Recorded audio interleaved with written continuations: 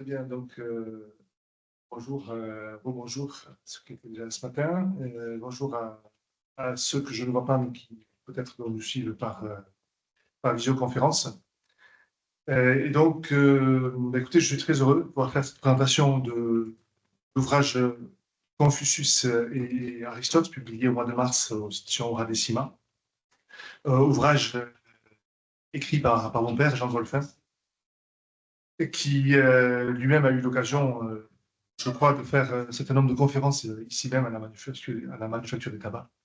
Je ne saurais pas repréciser quand, mais ça fait déjà maintenant un certain nombre d'années. Mais c'est un lieu qu'il a fréquenté parmi d'autres à Toulouse, puisqu'il était donc devenu toulousain. Et il a fait un certain nombre de conférences, en général donc sur l'Asie. Alors, mon propos, sans trop de surprise, va se dérouler un peu en trois temps, parce que donc l'auteur, a priori, ne vous est pas connu, c'est bien normal, donc il va falloir que je le présente. Je vais aller à l'essentiel, puisqu'il y aurait pas mal de choses à dire, vous le devinerez, enfin, vous le verrez, vous le devinerez assez vite à travers mon propos, donc je vais vraiment me recentrer sur l'essentiel, mais quand même donner quelques jalons pour expliquer en fait comment est-ce qu'il a pu, pardon, en venir à comparer le grand maître chinois qui était Confucius et le philosophe grec Aristote.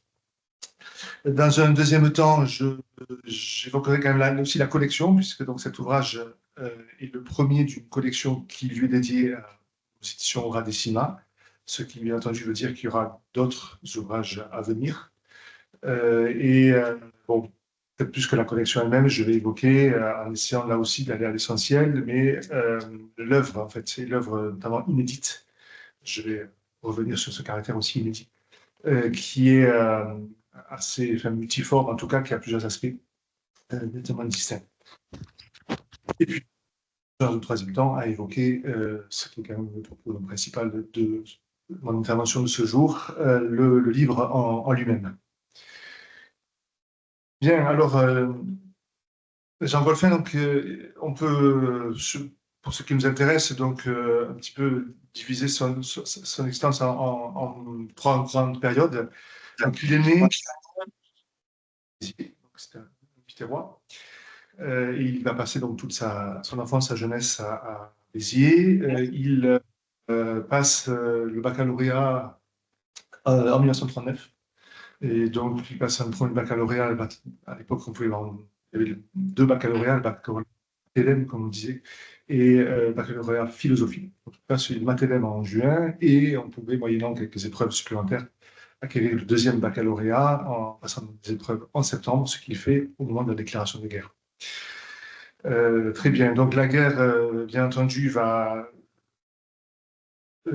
changer donc, certaines choses, pas dans l'immédiat, puisqu'il n'est bien sûr pas mobilisé, il est trop jeune. La défaite fera qu'il ne le saura jamais, la défaite de 40.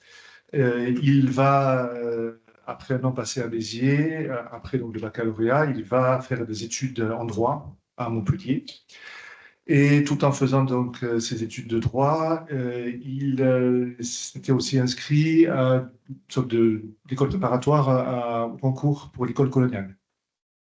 Alors ça, c'est important, je le mentionne pourquoi. L'étape de Montpellier est importante à deux titres. Elle est importante parce que dans son parcours, dans ses cours de préparation à l'école coloniale, euh, il va faire la rencontre d'un professeur qui est un des très grands noms de la géographie française, qui est Pierre Augourou, qui terminera au Collège de France, qui à ce moment-là était à l'école française d'Extrême-Orient et qui est rapatrié du fait de la déclaration de guerre et en quelque sorte un peu parachuté à Montpellier puisqu'il fallait trouver un poste. Et il se trouve que mon père va l'avoir donc comme professeur durant donc, pendant ses cours donc, de préparation au concours de l'école coloniale. Et donc il a écrit pas mal d'années plus tard un récit de cette période de guerre dans lequel sur ce point donc il dit qu'il rentre dans ces classes préparatoires en ayant l'Afrique en tête et il en sort en ayant la Chine en tête. Entre-temps, il y a eu le travail de Pierre Bourou qui donc a introduit vraiment mon père donc à la Chine. L'autre point important pour Montpellier, c'est aussi pour ça que je le mentionne, c'est que c'est là où il va avoir un premier contact avec la pensée politique. Il va fréquenter très peu, ce qu'il dit, mais quand même à quelques reprises, les cercles d'action française. qui vont l'introduire à la pensée donc politique, à la pensée aussi de Saint-Augustin, à la Cité de Dieu, écrit dont il n'avait jamais entendu parler. Il avait fait sa scolarité chez les frères des écoles chrétiennes. Voilà. Ce n'était pas des écrits qu'on pouvait faire au niveau du secondaire. Donc là, il est introduit à cet univers de pensée et il dit lui-même que c'est quelque chose qu'il a sans doute marqué. Il restera, enfin, il n'aura plus du tout de contact avec l'action française ensuite. Il n'aura, ce n'est pas une prise de distance, mais enfin, les chemins seront complètement indépendants. Mais il a été ponctuellement, donc quand même sans doute marqué. Il dit même que ça a sans doute influé sur son intérêt, en tout cas pour la question politique. Ensuite de quoi, il va anticiper l'appel, donc il ne termine pas en fait tout ce parcours, il échoue à l'école concours, il ne va pas donc recommencer, il va anticiper l'appel, donc non pas pour le service, puisqu'on est encore pendant la guerre, mais ce qui remplace le service national, qui était donc les camps de jeunesse, donc il va faire ça. Voilà pour la petite anecdote, il va se retrouver avec un certain Bobby Lapointe. Il va jouer du violon avec Bobby Lapointe au Vigan, au nord de Nîmes, bon, ça c'est l'anecdote familiale. Ensuite de quoi, donc, il est envoyé en Allemagne, donc il va faire 2 ans en Allemagne, une sorte de STO, donc à Chemnitz, donc en Saxe.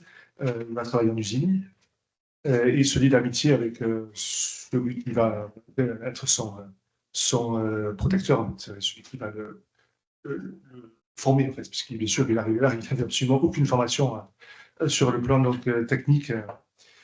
Donc ça, il y reste jusqu'à la fin de la guerre. Donc, il rentre ensuite à Béziers. Et puis, un an après, en mars 1946, en fait, il rentre au noviciat des frères dominicains. Donc, il va être frère dominicain pendant une vingtaine d'années, jusqu'en 1969. Donc, il va, avec tant d'autres à l'époque, quitter l'ordre. Donc là, ça c'est bien sûr important par rapport à son propos intellectuel, puisque c'est au sein de l'ordre dominicain qu'il va avoir toute sa formation sur le plan philosophique, théologique, bien entendu. À l'école du Père Labourdette, qui était donc le maître des études pour la province de France, pardon, de Toulouse, excusez-moi. Donc les dominicains sont divisés en 2 provinces, à l'époque il y en avait 3, peu importe. La province de France et la province de Toulouse, encore. Puis il rentre bien sûr pour la province de Toulouse. Et donc, bien sûr, il fait toute sa formation intellectuelle, en tout cas supérieure, dans ce cadre-là, qu'il terminera par une thèse en théologie sur la vie contemplative. Il passe à Rome. Donc, je n'ai pas précisément l'année où il a soutenu, mais il fait ça donc, pour conclure donc, son parcours d'études. Il sera enseignant parmi les corps des professeurs donc, de la province. Mais il va aussi voyager, puisqu'il est envoyé par les frères en Amérique latine, plus précisément à Montevideo, en Uruguay, où il y avait un accord avec la province des Dominicains de Toulouse. Et là, c'est là qu'il va en fait être repéré par un membre du service de renseignement français, en fait, texte sur la guerre qui compare la doctrine d'un stratège anglais qui s'appelait Liddell Hart, aujourd'hui plus très connu, mais à l'époque, son ouvrage avait fait une certaine notoriété. Je ne sais plus l'année de publication de l'ouvrage, mais enfin, c'était à ce moment-là, au début des années 50. Et il compare cette doctrine avec celle de Mao. Voilà. Et donc, pourquoi il s'est intéressé à Mao, ça, je ne saurais pas trop dire. Je n'ai pas d'éléments pour dire ça. Mais donc, ce texte-là va circuler et il va être repéré donc, par donc, un agent du gouvernement, on va dire. Et en fait, de fil en aiguille, je passe il va être donc en fait recruté et on va lui demander de travailler sur la Chine. Et donc, il va se former vraiment. Enfin, ça, il l'a fait de façon autodidacte, je crois, hein, autant que je sache que je n'ai pas forcément tous les éléments. Et donc, enfin, il arrive bien sûr l'acquis de Pierre Gouroux, mais ça, c'est un peu la base. Et bien sûr, il va apprendre le chinois. Et il va commencer donc à faire plusieurs voyages donc, en Asie, en Chine, mais aussi dans les pays alentours, au Japon, aux Philippines, à Singapour, à Hong Kong, qui à l'époque était bien sûr indépendante de la Chine, à Taïwan, si je ne me trompe pas aussi. Voilà, donc il va faire ça, et tout en étant encore donc, chez les frères, donc il commence à travailler en effet, sur la Chine. Et il va faire donc un premier rapport sur l'armée chinoise de 1965. C'est a priori le premier qu'il a fait, sauf défaut d'information de ma part. Je passe les années, donc il va quitter donc, les frères dominicains. Bon, je ne parlerai pas sur les raisons, il y en a plusieurs. Il va donc fonder une famille, se marier, fonder une famille. et continuer donc à travailler sur la Chine pour le gouvernement, mais aussi en enseignant l'histoire de la Chine à l'Université du Mirail, donc à l'époque, c'était encore le nom, de 79, je crois, en 86, dans le régime examen, et puis il va poursuivre pendant un certain nombre d'années pour dans l'Université du temps libre, et ça se terminera par un cours privé, terminera en 1999 ou 2000. Et donc là, dans ce cadre-là, donc le début, c'est bien sûr toute l'étude de l'histoire de la Chine, et ça se poursuivra donc une sorte d'étude un peu des civilisations. Donc l'histoire, il va étudier l'histoire du Japon, il va étudier l'histoire du Tibet, il terminera par une étude de l'Inde, un peu à la demande des étudiants qui voulaient un petit peu changer l'extrême-orient. Un petit peu assez, donc il a demandé à ce qu'il puisse donc aussi faire un cours sur l'Inde, donc ce qu'il a fait, donc il a bien sûr des connaissances de l'Inde à travers notamment l'étude du bouddhisme sur des éléments, mais il a vraiment repris ça, et ça je me rappelle, puisque c'était dans les années 90, et moi j'étais donc tout jeune étudiant, et je me rappelle très bien de pouvoir se remettre au travail concernant vraiment l'Inde, et donc il va voilà, développer aussi donc, tout un cours sur l'Inde, qui est vraiment plus un cours d'histoire des idées, l'histoire des idées, de la pensée à la fois religieuse et philosophique, si on peut dire. Donc ces cours-là, en général, ils ont été publiés en fait à un compte d'auteur. On les trouve à la BNF. Sinon tous, en tout cas une partie. Voilà, donc ceci nous amène aux années de vieillesse, où là, il va, donc à partir des années 2000, hein, là, il se retire, donc il ne travaille plus, en tout cas donc, de façon extérieure, bien sûr, et il va revenir plutôt à l'étude de la philosophie grecque, occidentale. Voilà. Et donc, il y a une œuvre qui c'est bien sûr de ses particularités et un de ses intérêts, qui est deux volets majeurs, en tout cas, la réflexion sur la pensée occidentale à partir de la pensée occidentale, et donc toute la formation aristotélico-thomiste qu'il a eue donc chez les frères, et puis donc toute la connaissance qu'il a développée des pensées orientales, chinoises bien entendu, et des pays autour de la Chine, enfin, qui dépendent de la civilisation chinoise, et aussi donc quand même indienne. Voilà, donc ça nous donne déjà, j'ai en fait un petit peu anticipé, ça nous donne déjà une idée un petit peu de son œuvre. Euh, Là aussi, donc on peut en effet schématiquement la diviser en trois grands temps. Donc il y a en effet toute la période donc chez les frères où il va avoir pendant un temps la responsabilité de la chronique de philosophie politique à la revue thomiste. Donc il va écrire un certain nombre d'articles, de recensions, lectures, discussions un peu des ouvrages publiés à ce moment-là, parfois des réflexions plus autonomes. Il va écrire aussi dans ce cadre-là sur les sciences sociales. Donc, c'est aussi donc, le domaine qu'il a étudié dans la confrontation, notamment bien sûr au marxisme à l'époque, de façon générale donc aux sciences sociales. Donc, il y a des articles et au moins un écrit un peu développé qui est une sorte de cahier qui a été publié, bon, une publication que faisaient les frères. Euh, sur la question des sciences sociales. Il a aussi écrit une sorte de traité d'économie, en tout cas de réflexion donc, sur l'économie, toujours dans ce cadre-là. Et tout ceci un peu autour dans les années, enfin plutôt dans le début des années 60. Hein. Il s'intéresse aussi au droit, il a écrit sur le droit naturel de cette époque-là.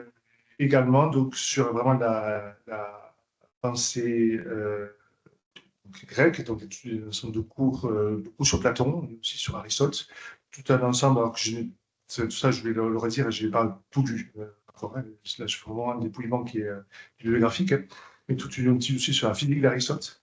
Et je lis au passage aussi, il y a tout un ouvrage qui est une sorte de traité politique, pas forcément achevé, voilà, mais qui est assez conséquent quand même. Voilà, tout ça, donc, c'est vraiment tous les écrits de la période, disons, américaine. La période suivante, commencera à publier sur l'Orient, une fois qu'il a quitté donc, les frères. Il y a quelques publications au début des années 70 sur un ouvrage qui s'intitule La pensée de Mao Tse-tung.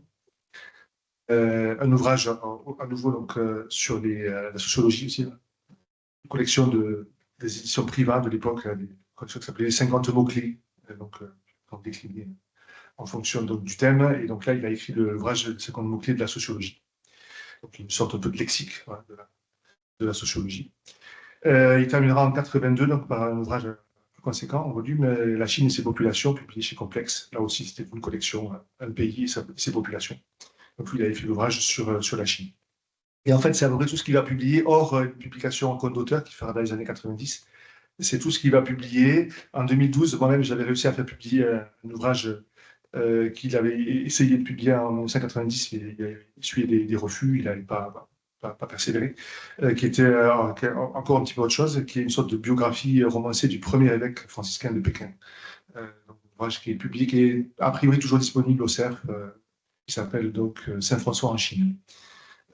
Voilà, ça c'était, il avait accompagné un travail d'étudiant sur les missions franciscaines en Orient, et donc ça m'avait beaucoup intéressé. Et donc sorti cette sorte de biographie un peu romancée parce que les sources documentaires sont assez restreintes. Donc de ce frère qui s'appelait donc Jean de Montecolville, qui était donc un Italien, qui est mort à Pékin, qui avait ses entrées donc à la cour de l'empereur sous l'empereur mongol en Chine. C'est assez intéressant. Voilà un petit peu. Donc ça c'est la période donc quand il est vraiment donc, actif. Dans ce cadre-là, en fait, c'est là qu'il y a aussi donc beaucoup d'écrits inédits. En fait, pardon, je passe un petit peu sur ça, mais donc la période des dominicaines, donc tous les écrits sont restés inédits en fait. À part les articles publiés dans la revue Touriste, tout le reste c'est resté sous forme manuscrite ou dactylographiée, mais donc inédite. Ça va être un petit peu la même chose hors les publications que j'ai signalées durant la période donc il est vraiment actif pour les services de renseignement d'une part, mais aussi donc à l'université. Donc, il a publié quelques ouvrages, mais il y en a un certain nombre donc, qui sont écrits et non publiés, parmi lesquels celui qui nous intéresse aujourd'hui, donc qui date de 1988. Il avait achevé, mais que manifestement, il n'a jamais proposé à un éditeur. Bon, parfois, il a eu des refus aussi, donc forcément insisté plus, mais donc il y a un certain nombre en effet d'inédits. Il y a donc tous ces cours donc, sur la même période, tous ces cours sur les civilisations. Donc, comme je le disais, je ne vais pas sur le détail, publié en partie à compte d'auteur, mais pas intégralement, et qui constitue en fait dans son esprit fréquemment en fait une base on pourrait dire empirique, on pourrait dire, enfin documentaire quelque part, bien sûr déjà organisé et réfléchi, qui constitue quand même une base pour ce qu'il a appelé dans une sorte de livret conclusif à tout ce cours sur les civilisations, dont j'ai oublié de dire qu'il avait terminé sur la civilisation occidentale, qu'il avait repris pour les mêmes étudiants donc, depuis les Grecs jusqu'au début de l'époque moderne, et avec une écrit sur le droit naturel, sur la loi naturelle, donc il revient sur ça. Et donc tout ceci constitue donc une vaste étude des civilisations et en fait une base pour ce qu'il a pu appeler une philosophie de la culture, voilà, dont aussi le Confucius et Aristote est quelque part un peu un exemple. Je vais bien sûr y revenir. Je termine là très brièvement dans les années donc, 2000, la période de l'IS, donc il va continuer donc à réfléchir et à écrire. Il reprend en fait cette idée d'une philosophie de la culture sous la forme d'un écrit, donc il sera publié. Pas d'ici mars, je ne peux pas encore dire quand, mais c'est la partie des publications qui sont programmées, qu'il a intitulé, en fait, il y a même deux titres, mais je donne l'un des deux, donc Les civilisations et leur devenir. Donc, il va reprendre en effet toute une étude de la civilisation comme phénomène humain, en fait, c'est comme, voilà, comme donner d'études d'ordre philosophique à part entière. Et puis, il va revenir de façon un peu plus classique, si on peut dire. Enfin, il va reprendre en fait tout le corpus aristotélicien. Il va reprendre sous une forme d'écrit qui n'est pas vraiment un commentaire, qui n'est pas de la paraphrase non plus, un petit peu entre les deux, la logique, la physique, la métaphysique. Voilà, à peu près. Je donnais un aperçu. C'est pas absolument exhaustif. Du reste, je ne suis pas encore sûr moi-même d'avoir une bibliographie absolument exhaustive. Donc, j'ai bien sûr travaillé sur des archives, forcément. Donc, je les ai parcourus, mais voilà, je ne suis pas certain d'avoir absolument ouvert toutes les chemises et voilà, tous les cartons, des cartons, oui, mais toutes les chemises, c'est pas sûr. Et donc, il n'est pas impossible qu'il y ait encore quelques écrits qui aient échappé à ma perspicacité. Donc, on verra. Enfin, en tout cas, ça donne déjà une œuvre qui est assez, donc, assez ample en volume déjà, et puis c'est ample aussi et surtout quant au thème donc, abordé et au sujet donc qu'ils l'ont sollicité. Je termine juste sur ceci par une remarque un peu paradoxale. Il a écrit, donc, mon père, surtout en philosophie et donc sur l'Orient, en effet, c'est-à-dire dans deux domaines où, en fait, il n'avait pas de diplôme, en fait, c'est parce que tout le seul diplôme qu'il a au niveau doctorat, c'est en théologie. Mais en fait, il était beaucoup plus philosophe, je pense, que théologien, pour en parler, même si, bien sûr, il connaissait la théologie et ça m'intéressait aussi. Mais il a quand même, je pense, plus l'habitus, comme on dirait, scolastique, philosophique que proprement théologique.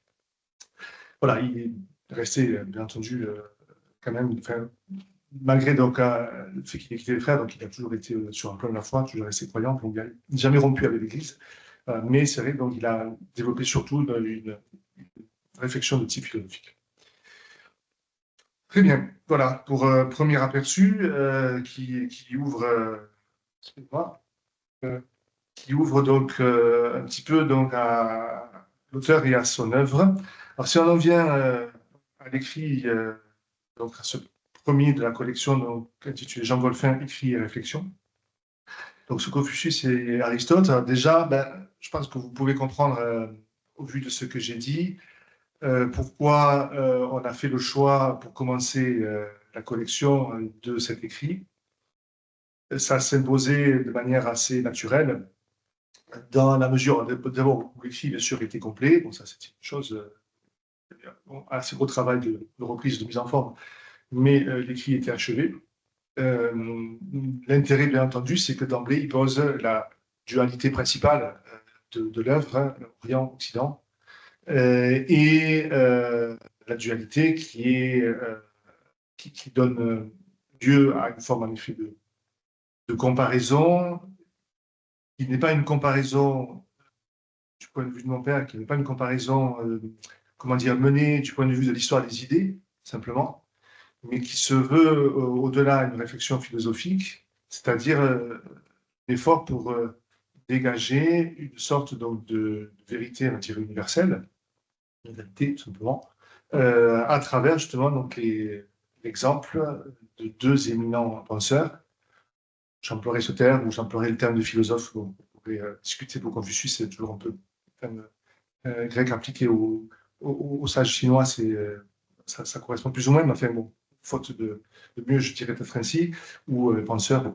Voilà. Donc le sage chinois et le philosophe grec.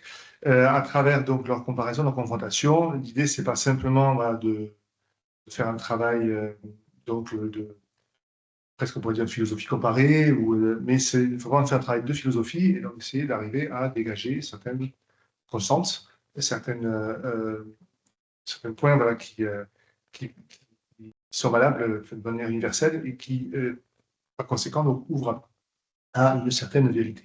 Bon, il est évident qu'on peut faire plusieurs lectures de l'ouvrage, qui sont bien entendu toutes légitimes et qui ne sont pas du tout incompatibles. On peut le faire, bien entendu, du point de vue de l'histoire des idées strictes. On peut le faire du point de vue de l'histoire des doctrines.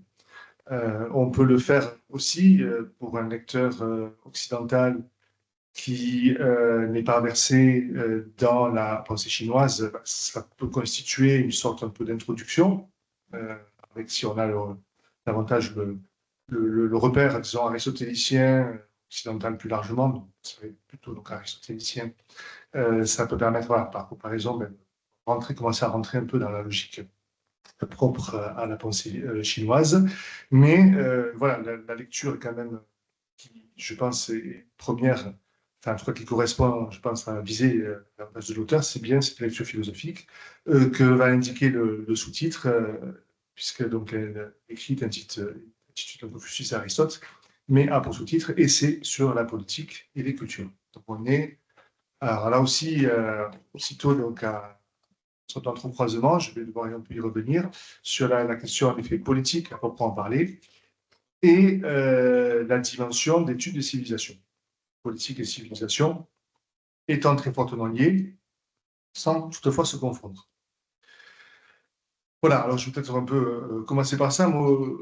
L'exposé va être, enfin aussi le plan est relativement simple, hein. Je vais en fait faire un petit peu un parcours de l'ouvrage sur certains points et puis dégager certains enseignements. Et je terminerai justement en revenant un peu sur le sous-titre, sur cette dimension donc de philosophie de la culture, comme il a pu l'appeler dans d'autres textes, ou d'étude des civilisations. Bon, alors pour commencer, donc la thèse, on peut dire la thèse essentielle de l'auteur, je crois que c'est à la page 8, la thèse essentielle de l'auteur, qui peut bien entendu qui heurterait sans doute un comparatiste, je dirais, strict, c'est que, je cite, sur ce qui est fondamental, excusez-moi, Aristote et Confucius pensent et disent la même chose. Donc on a aussitôt donc mis en avant sur le plan bien entendu strictement politique et plus largement pratique, bien entendu la comparaison, Aristote n'est abordé ici que dans le versant de sa pensée pratique, même s'il est évoqué par ailleurs que j'aurais là aussi à y revenir, qui est évoqué que par ailleurs, bien entendu, il a toute une œuvre théorique qui est sur fondamentale, laquelle, bien entendu, n'a aucun correspondant chez Confucius, donc là, il n'y a pas de comparaison, bien sûr, qui soit possible. Le point de rencontre, il se fait dans la pensée pratique. Bien, dans cette pensée pratique, donc sur ce qui est fondamental, je cite, Aristote et Confucius pensent et disent la même chose. Alors cette thèse, bien entendu, elle a un côté qui est sans doute un petit peu provocateur de la part de l'auteur, étant donné que, oui, on est dans un contexte culturel, historique, des types de pensée, des formes de pensée qui sont complètement donc différents. La thèse, bien entendu, n'aurait sans doute pas de grande légitimité si, au-delà d'être argumentée de manière directe, montrant donc, de rapprochement, ce que bien entendu fait le texte, et si au-delà de ça, elle ne permettait pas aussi de faire percevoir et surtout de faire comprendre, d'expliquer les différences. Ça, c'est bien entendu un point qui est, je pense, un des grands intérêts de l'ouvrage, c'est que au-delà du rapprochement sur un certain nombre de points, il y a donc un éclaircissement sur ce qui fait la différence entre les deux penseurs et au-delà, ce qui est bien entendu beaucoup plus fondamental, cette différence entre les deux penseurs, elles sont le signe de différence de civilisation. L'idée étant, la thèse étant que les civilisations sont une œuvre humaine. Alors ça, il ne développe pas beaucoup dans cet ouvrage-là, mais il le redéveloppe beaucoup dans la réflexion, pardon, dans les civilisations et leur devenir. La civilisation, il la comprend comme une œuvre pratique, c'est-à-dire donc ce qui va relever d'une forme de choix, de décision, de liberté humaine, qui va engager non seulement les individus, mais donc toute une collectivité et tout un ensemble même, un ensemble de peuples même, sur une certaine voie. Cette voie, donc, elle est faite de certains choix, en fait, qui sont faits. Bien entendu, ces choix, ils ne sont pas faits dans tout contexte. Il y a un contexte géographique, historique, multifactoriel, c'est évident, mais ça relève quand même d'une forme de liberté humaine. Bien, et donc, éclairé à travers donc, la comparaison de Confucius-Aristote, et à travers donc, leurs points de convergence, mais également donc, leurs différences, leurs contrepoints, ça permet, au-delà de ces deux penseurs, d'éclairer les différences entre Orient et Occident.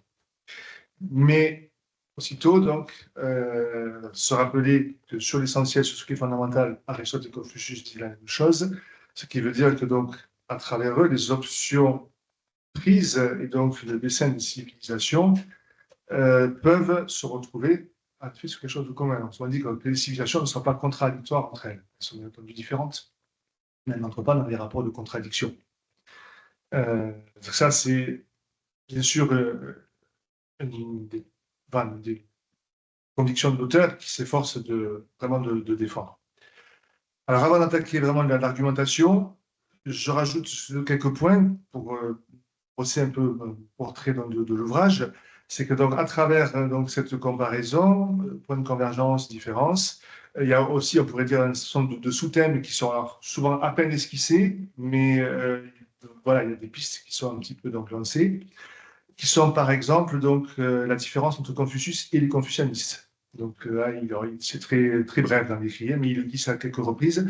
Donc il y a une évolution du confucianisme qui devient un peu doctrine officielle, donc, sous la partie de la dynastie des Han, donc, qui devient vraiment le socle, pas le seul, mais le socle majeur principal de la civilisation chinoise, et qui bien entendu va être interprété et tenté plus, et qui va connaître certaines évolutions. Et donc la doctrine de Confucius, ici, elle est étudiée chez Confucius, pas chez les confucianistes, qui peuvent parfois durcir des aspects. Ça, c'est un point. Et autre sous-thème, on pourrait dire, c'est la critique de la philosophie occidentale moderne. C'est-à-dire que dans l'étude de Confucius et Aristote permettent en fait de dégager des invariants de la politique et donc défendre certaines thèses qu'on a trouvées donc chez Aristote et donc chez Confucius. Quelque part, de les retrouver, ça les conforte. Et ça permet notamment donc de rejeter tout ce qui est théorie du contrat au sens moderne du terme, et donc l'idée que la société est purement artificielle, qu'elle n'a pas de fondement naturel, et tout ce qui peut s'en suivre. Donc là, les auteurs qui sont visés, c'est notamment donc, enfin, les théoriciens du contrat, oui, qui ne sont pas nommés, hein, mais qui sont évoqués rapidement. Et puis au-delà, Kant et les marxistes, beaucoup qui sont un peu écornés au passage, un petit coup de griffe à quelques reprises. Donc l'ouvrage aussi fait de ce point de vue-là une critique donc, qui est largement enfin, qui est incoative, hein, qui n'est pas vraiment développée du tout pour elle-même, hein, mais quand même donne des pistes par rapport à une critique aussi des conceptions modernes en politique. Enfin, dernier point, les infections introduites par le christianisme. Donc là aussi, ça revient à quelques reprises dans le texte. C'est pas développé beaucoup, un peu plus dans la conclusion, mais c'est jamais développé de façon très très importante. Mais voilà, les évolutions qui ne sont pas donc des contradictions du tout, qu'a introduit donc le christianisme donc en Occident et qui s'inscrivent donc dans pour Jean Golfin, très clairement dans la continuité de la civilisation donc, grecque. C'est autre chose, ça, c'est clair. Avec l'économie de la grâce, on est sur une logique assez différente, voire parfois très fortement différente qu'à la question du bonheur. Donc, il évoque les béatitudes. Heureux ceux qui pleurent. Donc là, il n'y a rien de grec là-dedans, ça c'est évident. Donc là, il y a quelque chose d'évolution très nette, d'inflexion très nette, mais qui n'entre pas en contradiction avec les conceptions du bonheur. Et donc, développer les anciens, bon, là, c'est le philosophe qui a aussi été formé à saint Thomas, bien entendu, qui parle, même si saint Thomas n'est pas nommé dans le texte. Mais clairement, la formation thomiste aide à penser une continuité dans la discontinuité qu'introduit le christianisme. Et bien entendu, ça ouvre bien sûr à la possibilité que le christianisme puisse aussi, donc, disons, ensemencer d'autres civilisations, lesquelles ne seront pas plus contradictoires avec lui que ne pouvait l'être la civilisation gréco-latine. Voilà un peu pour les sous-thèmes qu'on peut trouver, les principaux en tout cas. Je ne suis pas forcément exhaustif, mais enfin, ça donne quand même déjà un peu l'idée de ce qu'on peut trouver dans l'ouvrage. Très bien. Alors, si on passe donc un peu à l'étude donc du raisonnement suivi, je ne vais pas bien sûr tout reprendre dans le détail, c'est pas possible, c'est pas forcément intérêt, mais on peut suivre un petit peu donc, le raisonnement qui est quand même donc, donné. L'ouvrage se compose de deux parties. La première, donc, étudier les principes. La deuxième, donc, du bon gouvernement. Alors, les premières, donc, les principes, c'est en fait, elle est construite en partie, en tout cas, sur le schéma un peu de la réflexion d'Aristote, en tout cas pour la première sous-partie. Jean Golfin donc, va suivre le premier livre des politiques d'Aristote, où il va montrer donc, le caractère naturel donc, de la société politique. Je vais revenir sur ce qu'il ajoute, on pourrait dire quand même de son propre cru.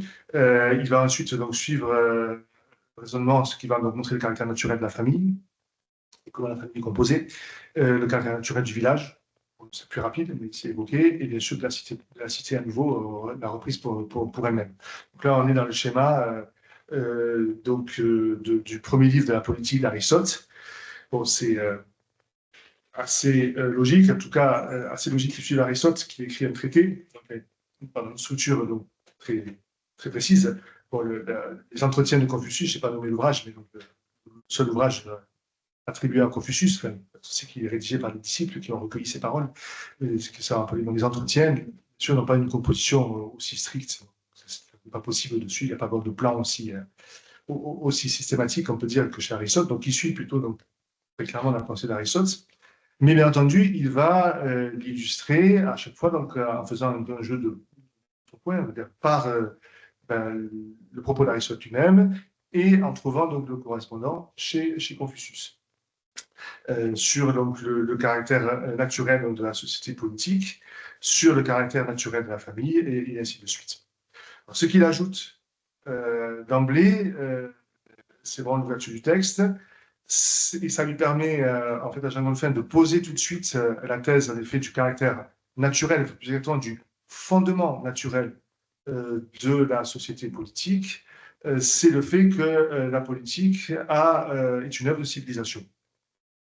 Alors, c'est une œuvre de civilisation au double sens du terme de civilisation, c'est-à-dire que c'est avec la politique et avec l'ordre politique qu'une culture donnée accède au stade de la civilisation. Donc, si là, on distingue ce que là aussi l'ouvrage ne fait pas en soi, hein, que Jean Rolfin fait dans d'autres ouvrages, à nouveau, notamment donc, la civilisation et leur devenir, le stade de la culture, le stade de la civilisation. Bon, c'est en partie une affaire de mots, mais d'ailleurs, on peut quand même mettre dans des nuances. Et donc, la civilisation correspondant au stade où d'un certain quand même accomplissement social humain, c'est un accomplissement de la sociabilité humaine. Donc là, la politique est liée à ça. Donc, une culture accède au niveau de la civilisation lorsqu'elle accède au niveau du politique. Et elle est œuvre de civilisation, la politique, au sens aussi, bien sûr, où elle doit précisément civiliser les hommes, c'est-à-dire les conduire à une certaine perfection humaine. Donc ça reprend bien entendu le thème donc, aristotélicien de l'animal politique, donc de l'homme qui est appelé naturellement à vivre non seulement en société, mais en société politique, dans une cité, qui correspond justement au degré d'achèvement de l'organisation sociale. Bien, donc le jeu sur le thème de civilisation, il permet d'emblée de poser ceci, puisque donc l'homme civilisé, c'est l'homme accompli, et donc la politique, elle a en effet pour fonction d'accomplir cet homme, donc de le mener à une certaine perfection humaine. D'où, bien entendu, la suite, donc si cette... là, il suit tout à fait donc Aristote, puisque bien entendu, si la société politique est naturelle dans ce sens qu'elle correspond à une exigence naturelle de l'homme, elle ne serait pas naturelle au sens où elle serait donnée par la nature, au sens où l'homme n'aurait pas besoin de la faire. Bien entendu, historiquement, c'est que c'est le contraire. Donc, les sociétés politiques, elles émergent progressivement. Bon, c'est toujours un peu difficile de le dire dans le détail, puisque avant les sociétés politiques, il n'y a pas vraiment d'écriture. Donc, avant l'écriture, c'est difficile de retracer l'histoire des hommes, en tout cas de façon certaine et précise. Mais on sait qu'il y a eu un avant et que voilà, donc la société politique, bien sûr, émerge à partir d'un certain développement historique des sociétés humaines. Donc, elle est naturelle dans le sens où elle correspond à une tendance inscrite dans la nature humaine. Elle reste, bien entendu, quelque chose de conventionnel, d'artificiel si on veut, de conventionnel, dans la mesure où il a fallu bien sûr des hommes qui se mettent d'accord et qui décident en commun de former des lois, de former une structure sociale politique. Très bien. Donc avant ça, bien sûr, on a les différents stades, qui sont donc les différents stades de sociabilité, la famille, donc le village. Alors je m'arrête sur la famille, puisque aussitôt, là, c'est un point qui est bien sûr extrêmement intéressant, c'est que donc les deux penseurs sont tout à fait d'accord, les penseurs, donc Confucius et Aristote, sont tout à fait d'accord pour affirmer que la nature et donc le couple homme, femme, enfant, et les enfants, donc, famille au sens disons, naturel du terme, est quelque chose donc de naturel, correspond à une sorte de première, en effet, société humaine. Mais alors, ce qui est très intéressant, c'est que aussitôt, ils vont quand même mettre l'accent sur des aspects un petit peu autres. Donc, ce que montre Jean Golfin notamment, c'est qu'Aristote va penser la famille beaucoup à partir du couple homme-femme, aussi à partir de la question de l'esclave, dont il parle. Ça, on peut mettre de côté, mais la relation première, c'est la relation du couple. Confucius va penser la famille avec comme relation première la relation parent-enfant, notamment sur père-enfant. Donc, aussitôt, ça engage sur une conception de la famille qui est aussi naturelle d'un côté et de l'autre, qui est donc conçue de façon complètement naturelle, mais qui est quand même conçue avec justement un accent différent, puisque donc en mettant l'accent sur la relation parent-enfant, concrètement plutôt père-enfant, le confucianisme, Confucius va mettre l'accent sur la hiérarchie, sur la dimension asymétrique, sur la dimension d'autorité, sur la dimension voire de pouvoir qu'il peut y avoir au sein de la famille. Tandis que la pensée à partir du couple homme-femme, même si dans le contexte grec, l'homme et la femme ne sont pas sur un plan d'égalité complète, c'est vrai, mais il y a quand même davantage l'idée de la pensée sur un plan plus égalitaire. Donc ça, voilà, le modèle familial, donc la famille est conçue comme aussi naturelle d'un côté et de l'autre, le modèle familial n'est pas le même. Sans être contradictoire, en fait. Ce n'est pas non plus une contradiction absolue, c'est qu'on met l'accent sur des aspects qui sont autres. Bien, alors ça, c'est bon, un exemple hein, pour montrer, et en fait, tout l'ouvrage va être bâti sur un peu cette logique-là, de montrer donc les éléments donc communs, les éléments de convergence, l'accord fondamental sur vraiment le principe. Et là, le principe, c'est quoi? C'est que la famille est naturelle, et donc une communauté naturelle, et qui est donc le point de départ de la sociabilité humaine. Et donc ça, c'est le plus essentiel. Mais après, bien entendu, on peut mettre l'accent. Et donc, aussitôt, il y a une sorte de liberté qui est prise, et donc de choix, on pourrait dire, qui est fait, plus ou moins conscient, enfin bon, ça c'est toujours un problème, mais en tout cas, il y a du choix quand même qui est fait. Et qui engage sur des conceptions qui sont différentes. Alors, ça va se retrouver ceci donc à travers l'ensemble de l'ouvrage.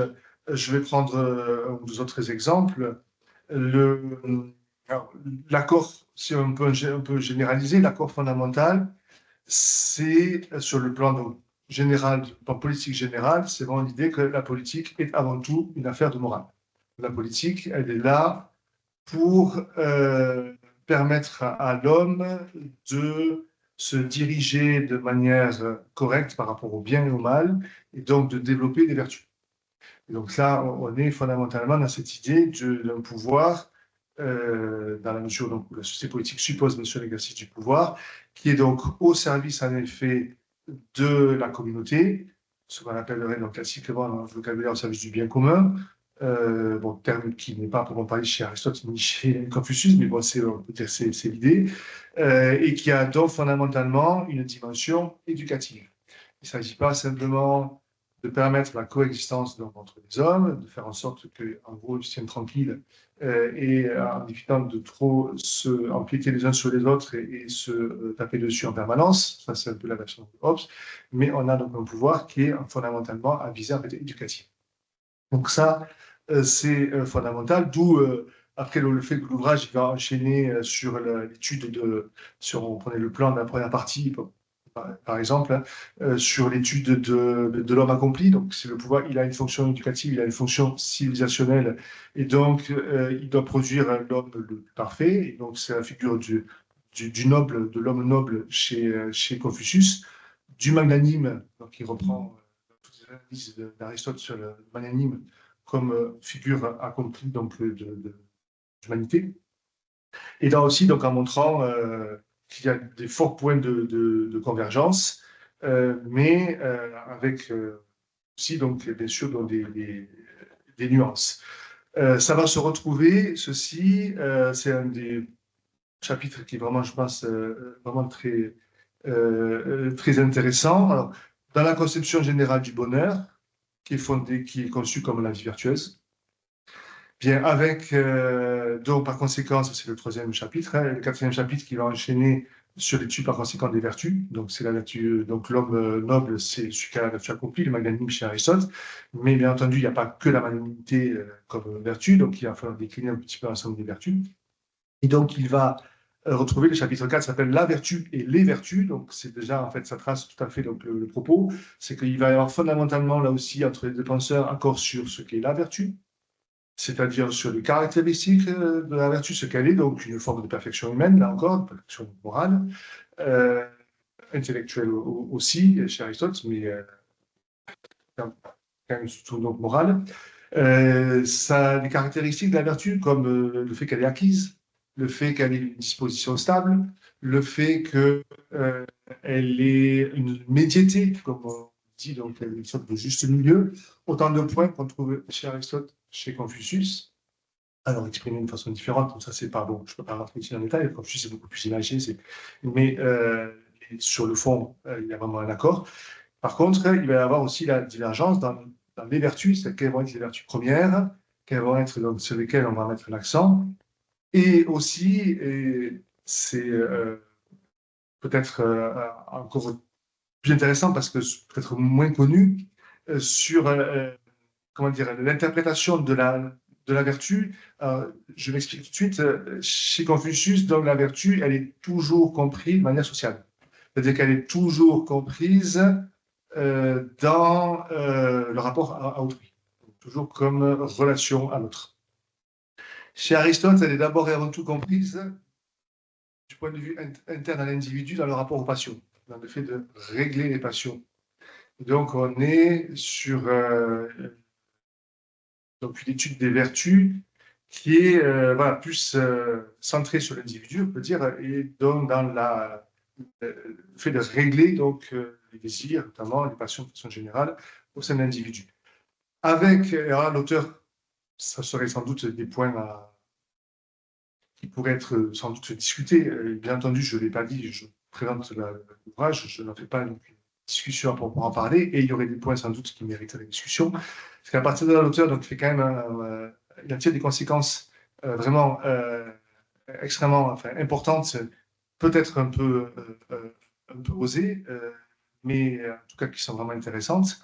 C'est que le fait que chez Aristote, la vertu est étudiée avant tout du point de vue interne à l'individu, donc dans le rapport entre raison et passion, fait que la relation à autrui va être pensée et reportée, on pourrait dire, sur une vertu donc, en particulier, mais qui a une portée pour le coup très générale, qui est la vertu de justice.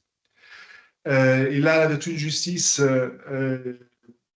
pour le coup, Jean Golfin ne précise pas dans le passage, mais on comprend qu'il s'agit de la justice universelle ou légale, qui introduit donc le rapport donc, à la loi. C'est donc, ça c'est dans les analyses d'Aristote, c'est donc, vous savez, si vous connaissez le traité sur la justice dans l'éthique à Nicomaque, donc il y a en effet ces deux parties de la justice comme respect de la loi et la justice particulière, donc qui est le fait de ne pas prendre plus que ce qui nous revient, de ce qui est avantageux et moins que ce qui nous revient de ce qui est désavantageux. Bref, donc la justice, on dira, donc, soit distributive, soit commutative selon donc, les formes, mais qui est toujours la justice particulière. La justice générale, on dit souvent universelle ou légale, c'est celle qui va consister donc, à respecter donc, la loi et donc, qui, bien entendu, est directement sociale. Et donc, vraiment dans la relation à toute forme de justice sociale, puisque la distributive, typiquement, bon, elle suppose qu'il y a plusieurs communautés, mais la justice légale, de façon particulièrement nette, est celle donc, qui nous insère dans la communauté, dans la mesure où, justement, elle correspond à un certain donc, respect des lois, bon, selon le principe que est injuste celui qui ne respecte pas la loi et celui qui prend plus que son dû. C'est les deux distinctions que fait Aristote. Donc, je reviens au raisonnement. Si donc, la justice donc, devient la vertu chez Aristote qui permet de penser donc, le rapport social, alors que je rappelle que chez Confucius, toutes les vertus sont comprises ainsi.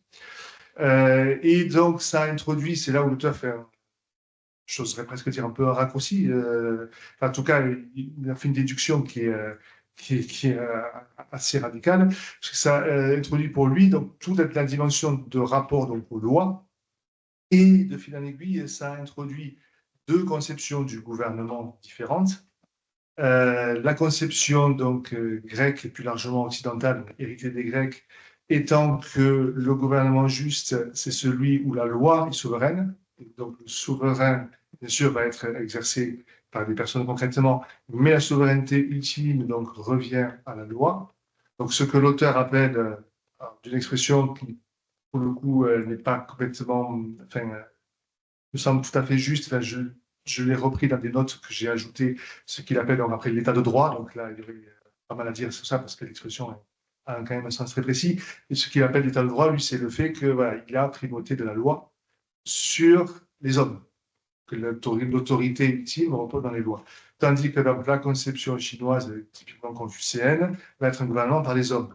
C'est-à-dire que la mesure, c'est l'homme vertueux, et qui va être supérieur aux lois. Et donc là, pareil, on a des logiques qui sont des logiques politiques, et qui sont différentes, qui ne sont pas forcément contradictoires. On peut rappeler au passage que le décret de Gratien, si je ne me trompe pas, a donné beaucoup de discussions au Moyen-Âge, savoir si le prince était au-dessus des lois, était absolutus legibus, donc voilà, qui est premier entre les lois et le prince. Donc ça a été discuté en Occident, majoritairement, mais je mettrai sous la.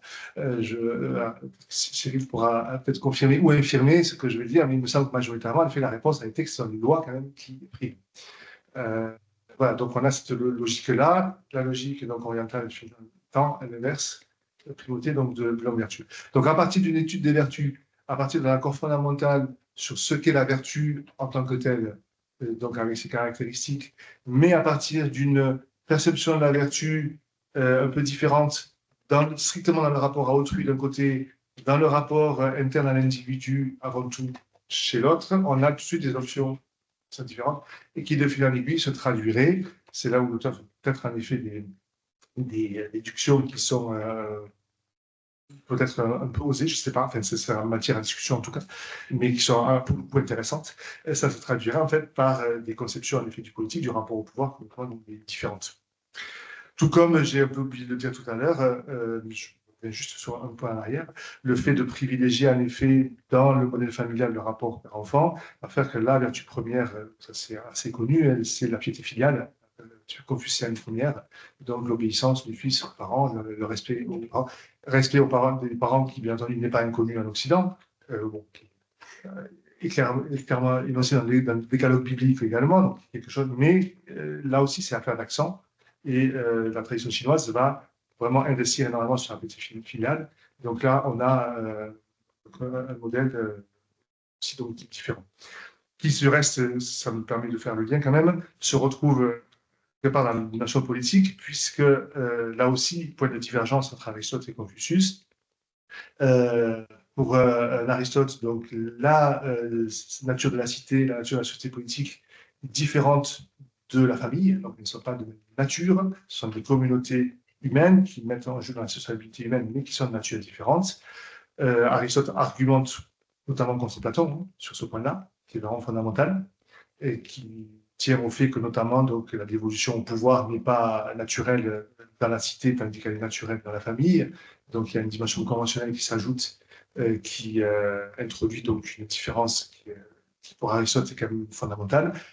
Confucius, par contre, lui, va concevoir le modèle politique sur un modèle patriarcal, sur un modèle familial. Donc, la société politique, le royaume à son époque, l'empire plus tard, sera conçu sur le modèle donc, familial et dont le rapport au pouvoir est conçu sur un modèle de la piété filiale qu'on a un rapport complètement différent. Et la différence, bien entendu, se traduisant ensuite par quand même un rapport à la liberté au sens politique du terme qui est quand même très différent. Voilà, on pourrait trouver encore d'autres éléments. Je n'ai pas du tout épuisé le propos. Le fait aussi que la réflexion politique aristotélicienne est beaucoup plus largement occidentale, mais en partie aussi du fait d'Aristote, déjà de Platon, est quand même beaucoup centrée donc, sur le meilleur régime avec une comparaison entre régimes, tandis que le modèle chinois a toujours été monarchique. Et il reste monarchique. L'auteur est très clair, même avec et après Mao, ça reste monarchique, même si il y a une partie, ça reste donc sur le modèle impérial. Et donc là aussi, prégnance de ce modèle patriarcal qui demeure quand même. Alors, ce sont ce qu'il avance, bien sûr, une fois de plus, ce sont des choses qui peuvent sans doute prêter peut-être à discussion, hein, je ne sais pas, juste parce que là, je n'ai pas de compétences particulières sur le domaine chinois. Je parle ici du Confucius, mais vraiment à partir de ce que j'en ai vu, je n'en suis vraiment pas un spécialiste. Mais voilà, on a ce genre donc, de réflexion à travers cet ouvrage qui donc s'efforce de dégager, je résume ceci, des invariants et qui vont être trouvés donc indépendamment de la différence de culture, s'efforce en effet de montrer donc les différences, mais au-delà de les montrer, ce qui bon, c'est relativement, on pourrait dire assez évident, mais quelque part on les explique, en donne raison et montre que en fait les choix faits sont en fait rationnels et donc ne sont pas justement quelque chose qui soit dans la contradiction, parce que la raison n'est pas contradictoire avec elle-même. Et donc, ces choix sont autres, mais ils peuvent s'expliquer par des circonstances, bon, par un certain nombre de facteurs. Il reste donc des choix, il reste des choix rationnels, et donc on peut les comprendre, et donc on peut voilà, avoir une sorte de compréhension mutuelle. Je terminerai sur ce point-là en disant que voilà, à travers donc, cette étude de la politique donc, menée par cette comparaison, l'idée de l'auteur, c'est que donc, ces choix différents qui mettent en œuvre de manière différente en fait une même raison, l'homme est un et le même, qu'il soit en Chine, en Occident ou ailleurs, on est toujours animal rationnel et la raison donc, est fondamentalement la même. Et donc, les penseurs d'une culture différente, bien sûr, nous ne sommes pas forcément aisément compréhensibles de façon immédiate, parce qu'il y a le jeu, bien sûr, des différences culturelles qui jouent, mais la compréhension donc, est possible, parce que ça relève quand même d'une raison quand même commune. Au-delà, donc, les différences, en effet, s'expliquent rationnellement, jusqu'à un certain point en tout cas. Et donc, les différences entre civilisations qui dépendent en effet de ces choix un petit peu fondamentaux qui ont pu être faits un peu à la naissance de ces sociétés. Bon, la pensée chinoise est une pensée purement pratique. Elle n'a pas, sur le plan justement de l'exercice de la raison, elle n'a pas développé cette dimension de science comme développé dans les Grecs, pas de connaissance pour la connaissance, de volonté de comprendre pour comprendre. On a une pensée qui est entièrement en effet politique, de ce point de vue pratique, qui vise à une certaine efficacité, oui, si on veut, mais enfin, en tout cas une certaine l'organisation, la pensée pratique, c'est l'organisation de la vie commune, la meilleure possible. Donc on est, voilà, là aussi, il y a des habitudes différentes, mais c'est différent, donc peuvent se comprendre. Et si donc elles peuvent se comprendre, si donc ces civilisations, pour être différentes, relèvent quand même toutes de la mise en œuvre d'une même raison, ça veut donc dire qu'elles ne s'opposent pas, en tout cas au sens où elles ne seraient pas donc contradictoires les unes par rapport aux autres. Dans l'écrit donc les civilisations et leur devenir, l'auteur insiste plus que ce qu'il fait donc ici sur la distinction entre civilisation et politique, pour affirmer que justement donc les confrontations en fait, entre peuples, qui bien entendu, malheureusement légion, si on peut dire à travers l'histoire, ces confrontations sont toujours donc d'ordre politique, mais ne sont pas des actes, enfin, ce sont des actes politiques, des actions politiques, ce ne sont pas des actes, des actions de civilisation. De ce point de vue-là, donc, il s'inscrit explicitement en faux par rapport donc, à l'écrit. Alors, quand il a écrit Confucius Aristote, c'était bien sûr pas encore publié, mais donc, quand il écrit Les civilisations à devenir, c'est publié et c'est connu déjà depuis quelques années. Il s'inscrit bien sûr en faux contre l'écrit de Huntington, donc le choc des civilisations. Il a tout le moins l'expression donc, qui est très malvenue. Si au choc il a, c'est-à-dire confrontation violente, que ce soit une guerre ou une autre forme, ce sont donc des actes politiques qui mettent donc en jeu ce qui est sans doute inhérent à la question politique et parce que c'est toujours une dérive, ça mériterait discussion, en tout cas une dérive possible, qui est une forme d'impérialisme, de domination. Donc là, bien entendu, des intérêts peuvent rentrer en opposition, en contradiction, et donc des affrontements, bien sûr, avoir lieu. Mais de soi, donc, les civilisations ne sont pas contradictoires, selon l'auteur, et en fait, elles sont dans leur pluralité, dans leur diversité, elles sont autant d'expressions de la nature humaine. En fait, l'auteur applique aux civilisations l'adage qu'on trouve chez Thomas et chez les scolastiques, les mœurs humaines sont utim pluribus, donc elles se déclinent au pluriel. Pourquoi se déclinent-elles au pluriel? Parce que la raison humaine étant capable de l'universel, elle ne peut pas être épuisée par une expression empirique donnée, aussi riche soit-elle. Elle déborde toujours toute expression, donc dans notre cadre ici, toute expression civilisationnelle donnée, qui, aussi riche une situation puisse-t-elle être, elle n'épuisera jamais en effet toutes les possibilités de la raison, parce que la raison étant universelle, en tout cas pouvant atteindre l'universel, elle étant par elle-même universelle, et bien elle est au-delà de tout ce qui est de l'ordre du particulier. Enfin, elle s'exprime dans le particulier, elle s'exprime donc concrètement dans des actions qui sont par définition particulières, dans des œuvres pratiques, politiques, cultures, civilisations qui sont bien sûr particulières et qui ne peuvent pas ne pas l'être, dans la mesure où elles ne seront jamais une traduction pure et simple de l'universel. Donc ça serait une sorte d'universel abstrait qui en fait n'existe que dans l'esprit, n'existe pas dans le concret. Mais donc cette raison s'exprimera dans le particulier, mais sans s'épuiser jamais dans un cas ou un autre. Et donc, il y a en effet, à travers la pluralité des civilisations, une forme d'expression de la nature humaine, qui est une et la même selon l'auteur, et qui, donc, peut se rencontrer au sens noble du terme, rentrer dans une sorte, alors non pas de dialogue au sens où on l'entend depuis des décennies, c'est autre chose, mais au sens où on peut discuter, on peut s'entendre, on peut se comprendre. Et donc, il n'y a pas de fermeture de l'homme sur un particularisme qui serait donc hermétique aux autres. Je termine avec juste une remarque qui, là, pour le coup, est plus de bon fait, mais il me semble qu'il y a peut-être là, et je propose ça à titre de réflexion,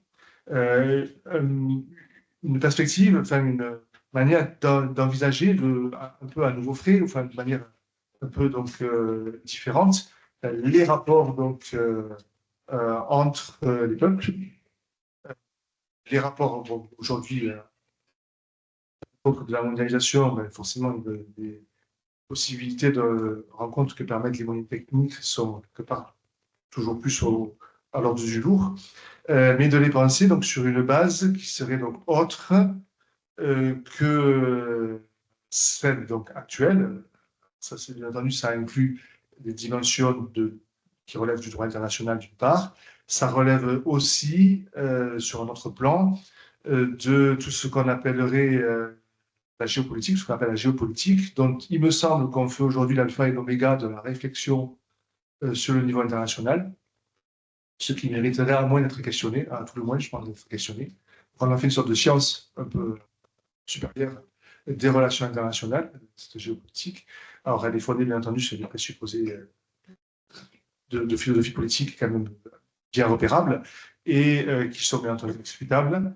Il me semble qu'il y a matière, à travers ce que l'auteur esquisse dans son œuvre, dans celle-ci, dans d'autres ouvrages qui développent un peu plus, mais qui resteraient sans doute largement à développer, il y a matière à peut-être envisager les choses sous un angle un petit peu donc, différent. Je vous remercie.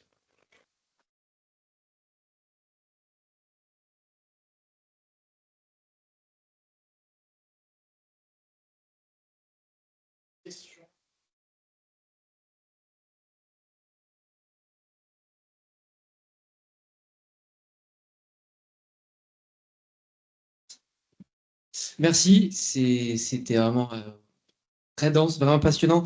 Et les questions que j'aurais, c'est moins des questions que des pistes et que d'ailleurs, j'ai l'impression que vous évoquez en conclusion. Voilà, cette conception-là de la politique, elle repose sur disons une tradition, voilà, que vous décrivez sur comment dire, d'une anthropologie qui est fondée sur la raison, en tout cas sur la rationalité. Mais je me demandais, c'est un peu en provocation, mais quelle réponse on aurait dans ce cas-là à une conception de la politique comme souveraineté, par exemple Carl Schmitt?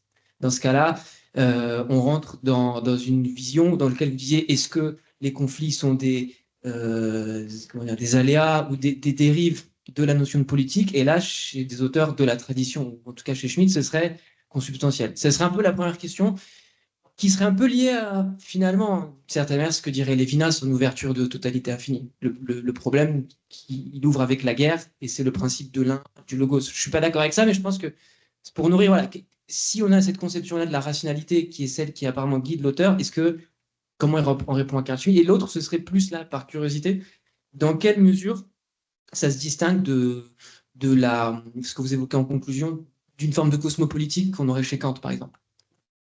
Ça, oui, merci. Ça, c'est vraiment essentiel, oui, tout à fait. Alors, sur la souveraineté, il faut toujours faire attention à cette notion de souveraineté. Elle est en partie piégée pour une raison simple. C'est que le terme en lui-même renvoie à. C'est toujours dans une traduction, bien entendu, mais renvoie à une caractéristique du politique comme tel, c'est-à-dire à savoir qu'il est l'autorité suprême sur une communauté donc, donnée. Et ça, bien entendu, tant qu'on reste dans une logique politique, dans une politique, il y a un côté incontestable. Il faut qu'il y ait donc, une autorité supérieure, hein, donc qui fasse l'unité. Très bien. Sauf que la notion de souveraineté, elle a été donc, développée historiquement. Elle apparaît à partir du 14e, 15e siècle surtout, et elle va être développée donc, par la suite dans une logique quand même bien précise, qui est que en fait ce pouvoir dit souverain est en fait affranchi de toute règle, on pourrait dire autre que morale, mais avec la dimension de règle morale qu'en fait il peut respecter un peu s'il le veut. Que donc là, en fait, on est la question, c'est la question du droit naturel et de la loi naturelle. On a pensé la souveraineté moderne à partir de Baudin, plus encore à partir de Hobbes, qui est celui qui est le philosophe à reprendre la notion et en faire le fondement même de l'État. Donc c'est l'âme du Léviathan, c'est la souveraineté, introduction du Léviathan de Hobbes. Et donc là, cette souveraineté, elle est pensée sur un mode de toute puissance, en fait. C'est-à-dire, de toute puissance. C'est-à-dire, moi, je sur l'essence du verbe pouvoir, je peux faire tout ce que je peux faire. J'ai le droit de faire tout ce que je peux faire. Donc, je suis ma propre et unique règle sur une base qu'on appelle souvent volontariste. Donc, c'est-à-dire qu'il n'y a plus de normes de bien et de mal objectives. Donc là, la souveraineté est un truc problématique, et là, c'est bien sûr incompatible avec ce que je peux esquisser à la fin, ça c'est évident. C'est évident. Parce que là, toute la réflexion, je l'ai pas, enfin, je l'ai peu évoqué au passage, mais je ne suis même pas sûr, toute la réflexion, tant d'Aristote que de Confucius, elle est sous-tendue par l'idée qu'il y a une loi naturelle, quand même. Bon, même si la thématique de la loi naturelle comme telle, on en parlait hier avec le professeur Barrera, elle n'est pas forcément très développée chez Aristote lui-même, mais quand même la tradition occidentale est quand même développée. Chez Confucius, elle n'est pas forcément exprimée en termes abstraits conceptuels, puisqu'on est sur une pensée qui est une pensée pratique, et donc qui n'est pas une pensée systématique, pas, mais qui fonctionne sur un mode très, très abstrait. Mais en fait, l'idée quand même est assez clairement repérable et présente. Et voilà, donc là, l'ordre, disons le terme, l'ordre international pourrait repenser donc sur notre base, précisément, ce serait de le repenser sur une forme de loi naturelle. Et là, on retrouve cette idée qu'on a quand même une raison qui serait commune, parce que si loi naturelle il y a, elle s'applique à la nature, et donc aux hommes en tant qu'ils sont hommes, et donc de manière en effet universelle. Donc elle vaudrait quand même pour tous les peuples et transcende les différences de civilisation, quoi. Et donc les oppositions potentielles politiques. Alors, par rapport au cosmopolitisme kantien, ça c'est une question absolument fondamentale, bien entendu. D'autant plus, là, l'auteur en parle un petit peu aussi au passage, enfin, le cosmopolitisme kantien,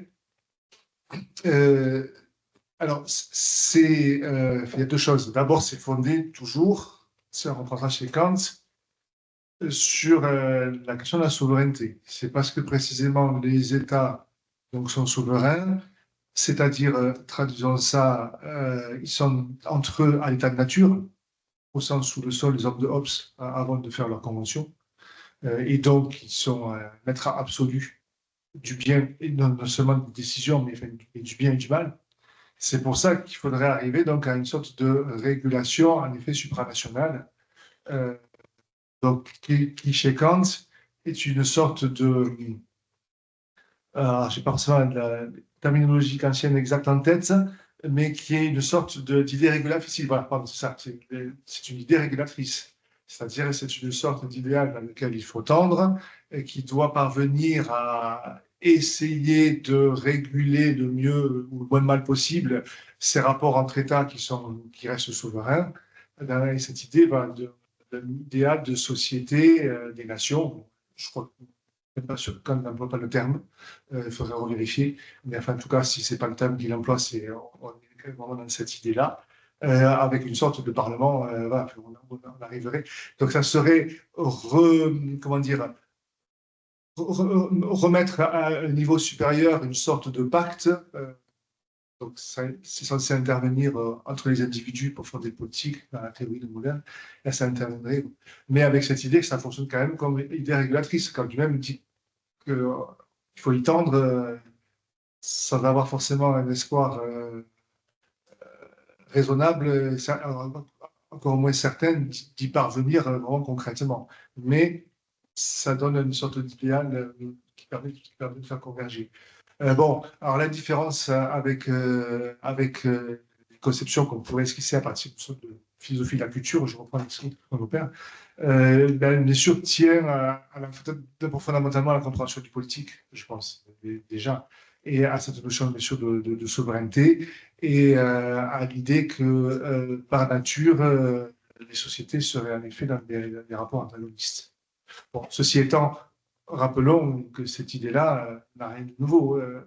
Au théo grec, Héraclite mettait la guerre comme première, le conflit comme.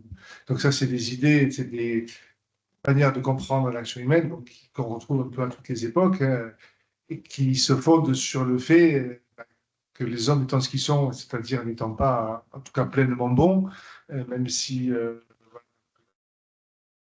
christianisme, le catholicisme va dire que la nature reste bonne, mais bon, on sait bien qu'elle est quand même sacrément abîmée. Et donc, ils sont en effet la propension à s'affronter et propension à la violence. Ces penseurs-là font de cet état de choses un principe. La discussion, en fait, elle est là. Est-ce que, parce qu'en effet, les hommes se montrent vicieux, est-ce que le vice devient un principe? En caricaturant à peine un peu, c'est le propos de Machiavel. Bon, c'est un peu simplifié, un peu caricaturé, mais il y a un petit peu ça quand même. Et avec l'idée que le vice est là, donc il faut composer avec. Donc là, je termine, la grande différence, c'est qu'on perd complètement. Bon, bien sûr, on part sur un pessimisme par rapport à l'homme, et surtout concernant la politique, on perd complètement de vue sa vision éducatrice. Mais alors là aussi, il faut être prudent parce que la vision éducatrice qui peut être défendue par Aristote, par Thomas d'Aquin, ça aussi bien, par Confucius, encore, il ne faudrait pas non plus la confondre avec les formes de, si je puis me permettre l'expression, de rééducation que peut nous imposer l'État totalitaire moderne. Et là, c'est quelque chose qui peut parfois être de l'ordre de l'ersatz et ressembler à, à ce que entend donc à ce qu'entend donc Aristote par exemple quand il dit que la première mission de l'État de la cité c'est l'éducation, il dit dans la mission de la politique, la première mission c'est l'éducation. Il ne faudrait bien sûr pas le comprendre dans le sens où on formate les esprits comme vous disiez. Voilà. Et là la différence elle se fait comment? Elle se fait aussi sur la conception de la nature humaine et sur la conception des vertus, la manière dont on nous, mais je reprends ça, bon, pour discuter l'expression, mais rééduque n'est pas fondée sur l'idée de développer les vertus. Donc, il reste fondé sur l'idée de nous rendre obéissants. En fait, derrière ça, voilà, il y a euh, qu'est-ce qui est premier, en fait, sur le plan du fondement? Est-ce que c'est la recherche de bien, qui culmine forcément dans un bien commun, ou est-ce que le lien social premier, c'est le lien d'obéissance? Et le paradigme de la souveraineté, c'est ça, c'est que le lien social, alors politique bien entendu, mais le lien social premier, c'est le rapport d'obéissance. Tandis que dans la conception aristotélicienne, une fois de plus, la convergence avec Confucius est assez remarquable. Le fondement de l'agir, c'est la recherche du bien, c'est la volonté du bien, et donc de l'agir commun, c'est la recherche de ce qu'on appelle traditionnellement le bien commun.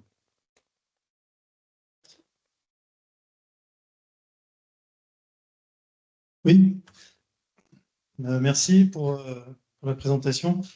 Vous dites à un moment que les civilisations relèvent d'une même raison.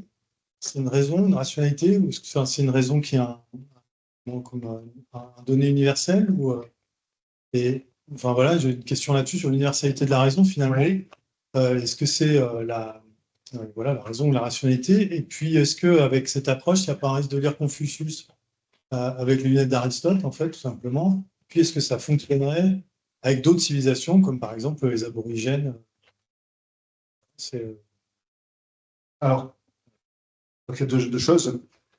Très clairement, si on prend la pensée de l'auteur, de Jean Colfin, très clairement, oui, il y a une notion d'universalité de la raison. Bon, il reprend je ne sais pas s'il le recite en tant que tel dans l'ouvrage, mais très clairement, donc, il reprend la définition aristotélicienne de l'homme comme un animal rationnel.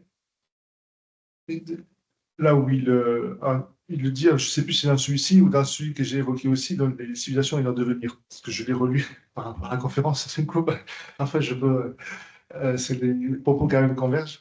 Mais je crois que c'est dans le deuxième qu'il va très clairement euh, argumenter ceci en disant que si on pose qu'il y a des différences de raison humaine, donc il y a des raisons humaines au sens de facultés rationnelles qui seraient différentes, donc inévitablement, ça conduit à penser qu'il y a des espèces humaines différentes. Voilà, donc là, on est sur si l'homme se définit par la raison, s'il y avait donc différentes raisons, on pourrait arriver donc à ce genre de conception. Bon, c'est une manière d'argumenter, on pourrait, pas que vous êtes pas forcément d'accord, on pourrait en discuter, mais en tout cas, c'est un peu la manière dont il amène la chose, et en disant que la faculté de la raison, non, très clairement pour lui, elle est en effet une et la même. Elle va être exercée de façon différente. Mais voilà, elle est la même au sens où, ce qui permet de dire qu'elle est la même, bien sûr. Ben, en bon aristotélicien, le point de départ de la connaissance, c'est l'expérience. Et on va quand même retrouver suffisamment de constantes dans la vie des hommes, quelle que soit en effet leur situation culturelle, enfin, la culture dans laquelle ils sont et les manières concrètes d'organiser leur existence. Il y aurait des constantes suffisantes pour dire que oui, même si c'est mis en œuvre de façon différente, c'est bien quand même toujours une rationalité qui est là, enfin, c'est quand même toujours une raison qui est derrière. Et ça se joue à tous les niveaux, niveau même de la sensibilité, l'ouvrage de longtemps, la sensibilité, nous sommes des êtres sensibles, animal rationnel, animal bien sûr, donc être sensible, mais la sensibilité humaine n'est pas la sensibilité animale, c'est au sens où elle est quand même toujours informée par la raison, même si la sensibilité n'est pas rationnelle elle-même, bien entendu, mais elle n'est pas détachable dans l'homme de la raison. Alors, une traduction simple de ça, c'est la question du désir. Le désir est une expression de la sensibilité, désir au sens propre du terme, j'entends, parce qu'on peut prendre le terme de façon plus ou moins stricte, mais les animaux n'ont pas du tout le désir tel que nous l'avons, qui tend vers une sorte d'infini, enfin en tout cas d'indéfini, on peut toujours avoir désiré plus. L'animal n'est pas confronté à ça. Donc, bon, c'est un signe assez facile, je pense, à donner, que la sensibilité, en tout cas sous la forme désirante en l'homme, elle est ouverte à une forme d'universel, et cet universel ne vient pas de la sensibilité, parce que la sensibilité n'est pas un universel. Donc elle vient de la raison.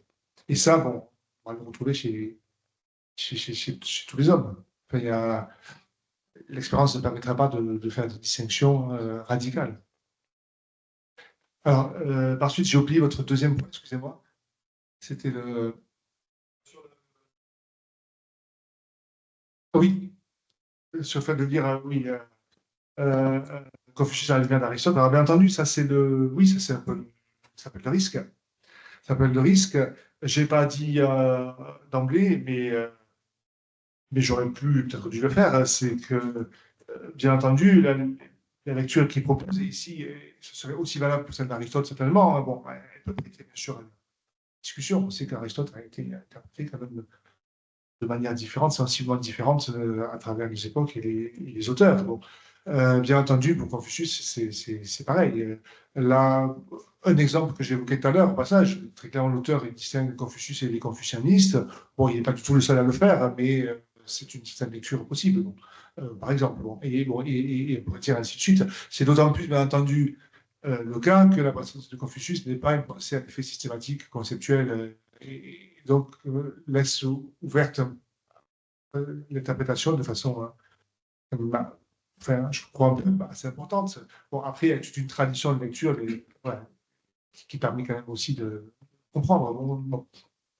Alors après, le risque, oui, bien sûr, le risque, il existe. Est-ce que l'ouvrage a échappé? C'est après sur le lecteur de le dire. Quoi. Voilà, et là, bien entendu, ça serait bien sûr extrêmement intéressant d'avoir des spécialistes de Confucius qui se penchent sur l'ouvrage et qui en donnent leur lecture et leur interprétation. Ça serait un truc très extrêmement intéressant. Bon, après, l'auteur prévient, parce il est si je puis me malin un peu à sa manière quand même, il prévient ça en disant que oui, on peut faire des lectures différentes, et que voilà, enfin, il dit aussi que oui, ben, on va lire, oui, il a fait une lecture aujourd'hui, ben, voilà, il est prend comme l'un comme l'autre, hein, comme des textes, comme si c'était des textes qui venaient de paraître. Voilà. Il s'appuie sur une remarque que faisait Ferdinand Alquier pour la lecture de Descartes, qui avait été frappé par des étudiants américains qui lisaient Descartes comme si ça venait de paraître la veille de la librairie, et sans du tout toutes les couches d'interprétation. Et il disait au début, c'est scandaleux, parce que des cartésiens, voilà, tous les détails chez Malebranche, chez toutes les évolutions du cartésianisme, il dit, on fait un trait dessus, non. Et après tout, pourquoi pas? Mais c'est une option. Bien sûr, c'est pas la seule possible. Pas d'autres questions? Je crois qu'on est arrivé au terme alors. Les intentions. Merci beaucoup à Guillaume Golfin. Merci à vous, merci à toi, René, pour l'invitation. Je précise, parce que le conférencier ne l'a pas dit, mais que vous pouvez acquérir J'ai oublié de le dire. l'ouvrage. Il se trouve en bas. Alors, le montant est C'est 27 euros. et 27 euros. Si vous voulez l'acquérir, c'est possible. Voilà. Un grand merci à tous ceux qui sont venus jusqu'à Toulouse, parfois de loin, participer à cette 12e édition du congrès de la Société de philosophie des sciences de gestion, de SPSG, en espérant donc les prochaines belle édition sans doute à l'Université de Lyon. Merci Adrien.